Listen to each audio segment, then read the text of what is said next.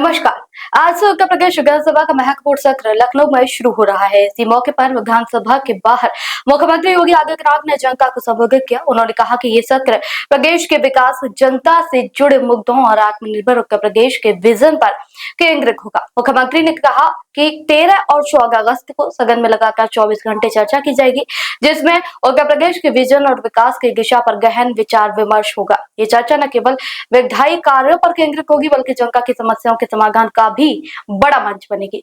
योगी आदित्यनाथ ने भरोसा दिलाया है कि सरकार सदन में उठने वाले हर सवाल का जवाब देगी और इस बात को सुनिश्चित करेगी कि चर्चा एक नजीर बने। आत्मनिर्भर और विकसित उत्तर प्रदेश के एजेंडे को सर्वोच्च प्राथमिकता दी जाएगी ताकि प्रदेश की प्रगति की रफ्तार और तेज हो।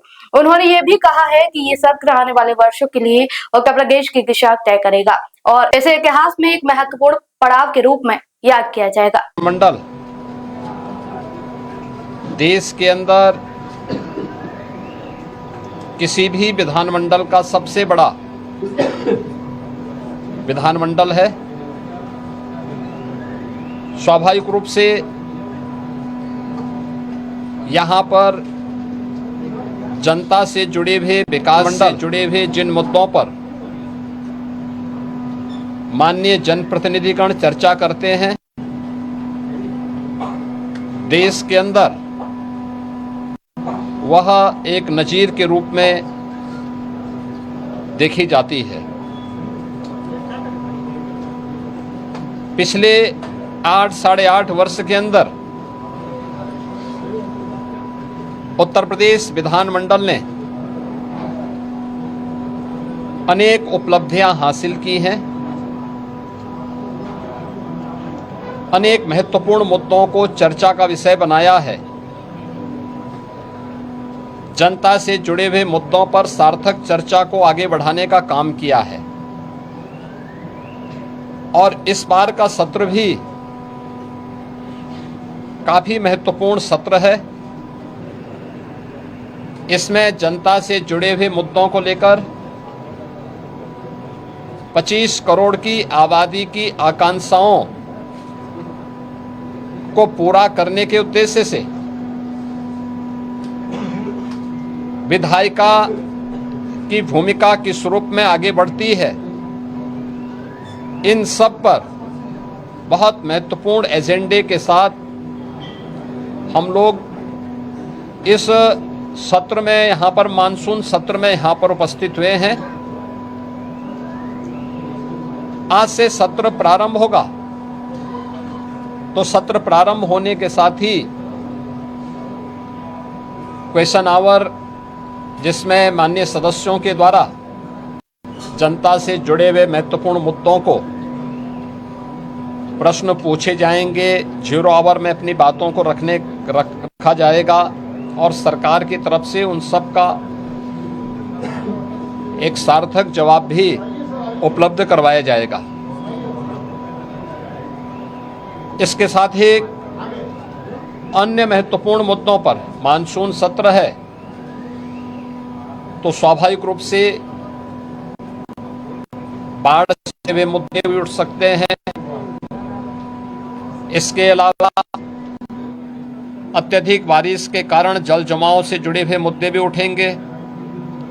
सरकार के स्तर पर क्या कार्रवाई हो रही है, स्वास्थ्य से, शिक्षा से जुड़े हुए मुद्दों पर सरकार ने पिछले 8 साढ़े 8 वर्ष के अंदर जो कुछ भी किया है, इन सब मुद्दों पर भी परिचर्चा होगी। यह सत्र इस बार का इसलिए भी महत्वपूर्ण होगा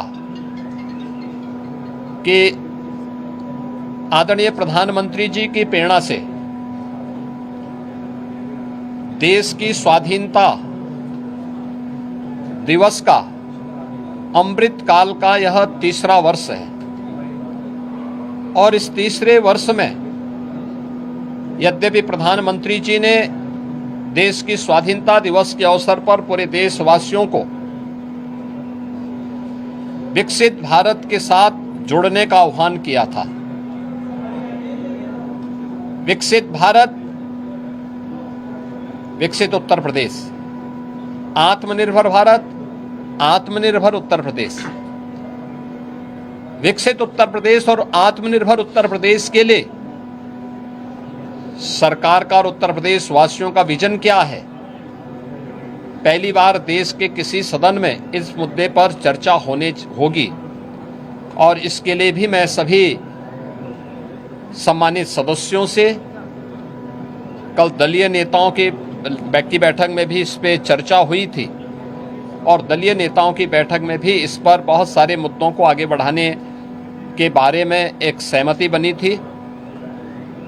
13 और 14 अगस्त को लगातार 24 घंटे तक उत्तर प्रदेश विधानमंडल में इस पे चर्चा होनी है और चर्चा के बाद सरकार के द्वारा कैसे इस विजन डॉक्यूमेंट को नीति आयोग के मार्गदर्शन में विशेषज्ञों के सहयोग के साथ आम जनता के साथ साथ हर तबके के नागरिकों की सहभागिता इसमें सुनिश्चित हो, इसको लेकर के विस्तृत कार्य योजना की घोषणा भी हम लोग सदन में करेंगे और उस कार्यक्रम को आगे बढ़ा करके आगामी 25 वर्ष की कार्य योजना को लेकर के सरकार अपने विजन को सदन के पटल पर रखेगी और उस कार्यक्रम को एक समय सीमा के अंदर तैयार करते हुए विकसित भारत विकसित उत्तर प्रदेश के इस संकल्प को आगे बढ़ाने की चर्चा का केंद्र बिंदु हमारा सदन बनेगा। मेरी अपील होगी कि सरकार ने पिछले 8-8 वर्ष के अंदर प्रदेश के विकास को लेकर के, प्रदेश की अर्थव्यवस्था को लेकर के, प्रदेश के इंफ्रास्ट्रक्चर को लेकर के, प्रदेश में गरीब कल्याण को लेकर के, समाज के हर एक तबके को लेकर के, क्या गांव है, क्या गरीब है, क्या किसान है, क्या श्रमिक है, क्या युवा है, क्या महिलाएं हैं, क्या व्यापारी हैं, इन सब के उत्थान के लिए बेहतरीन प्रयास किए हैं और उसकी चर्चा देश के अंदर भी होती है। देश उसको सराहता है। तमाम राष्ट्रीय और अंतर्राष्ट्रीय संस्थाओं ने उसकी मुक्त कंठ से प्रशंसा की है। उत्तर प्रदेश के परसेप्शन में जमीन आसमान का अंतर आया है, लेकिन उस सब के बावजूद हम स्वागत करेंगे उन सभी प्रस्तावों का जो सदन में चर्चा के लिए आएंगे, जनता से जुड़े हुए होंगे, उत्तर प्रदेश के विकास से जुड़े हुए होंगे, उत्तर प्रदेश के युवाओं से जुड़े होंगे। उन सभी मुद्दों पर चर्चा करने के लिए सरकार तैयार है। सरकार ने अपने कार्यक्रम का हिस्सा भी बनाया है कि इन सब पर जवाब सभी विभाग उसका उपलब्ध कराने के लिए तैयार होंगे, लेकिन एक सार्थक चर्चा हो, नकारात्मकता न आए, न्यूसेंस क्रिएट करके हम लोग जनता के जुड़े हुए मुद्दों पर समय को जाया न करने दें। ये मेरी अपील सभी अपने प्रतिपक्षी दलों से भी होगी कि वे इन सभी बातों को ध्यान में रख करके अगर सदन में इन मुद्दों पे चर्चा कराएंगे तो एक सार्थक चर्चा भी हो पाएगी, हम किसी निष्कर्ष पर पहुंच पाएंगे। लेकिन अगर वह अनावश्यक व्यवधान पैदा करके न्यूसेंस क्रिएट करेंगे तो जनता की अदालत में स्वयं ही प्रदेश की जनता जनार्दन उन्हें कटघरे में खड़ा करने का कार्य करेगी और सदन में इन मुद्दों पे चर्चा हो, वे चर्चा भी करें, अपने प्रश्न भी पूछें।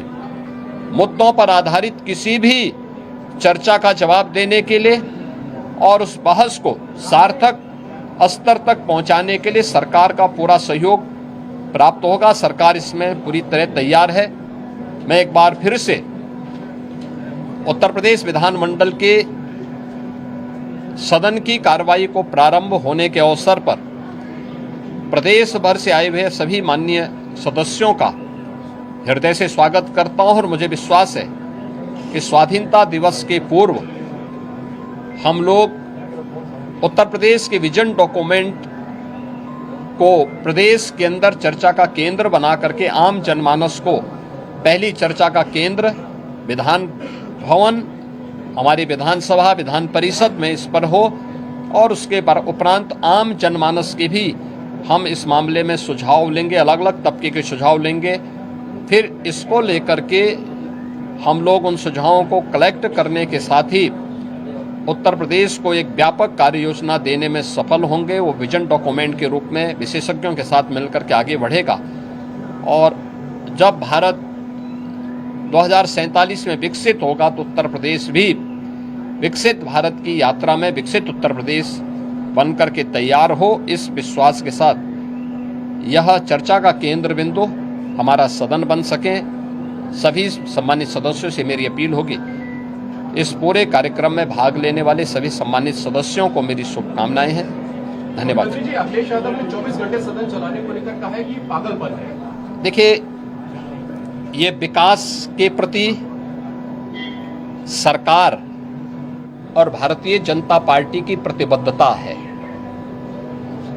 स्वाभाविक रूप से उनके एजेंडे में विकास नहीं है। सस्टेनेबल डेवलपमेंट गोल्स पे जो गरीबों से जुड़े हुए मुद्दे थे, उत्तर प्रदेश की बेहतर शिक्षा को लेकर, बेहतर स्वास्थ्य सुविधा को लेकर, कृषि विकास की दर को बढ़ाने को लेकर, स्किल डेवलपमेंट को लेकर, रोजगार को लेकर के जब हमने 36 घंटे तक सदन चलाया था तब भी समाजवादी पार्टी ने सदन का वॉकआउट किया था। तो ये लोग, विकास इनके एजेंडे में नहीं है, इसलिए वे लोग इस प्रकार की वे सिर पैर की बातें बोल करके ऐसे संसदीय शब्दों का प्रयोग करते हैं जिसके लिए वे पहले से ही कुख्यात हैं। दोस्तों, अगर आपको ये खबर पसंद आई हो तो आप देश प्रदेश की ताजा खबरें सबसे पहले पाना चाहते हैं, हमारे चैनल को सब्सक्राइब करें, वीडियो को लाइक करें और नोटिफिकेशन बेल दबाना ना भूलें ताकि हर अपडेट आप तक पहुंचे सबसे पहले।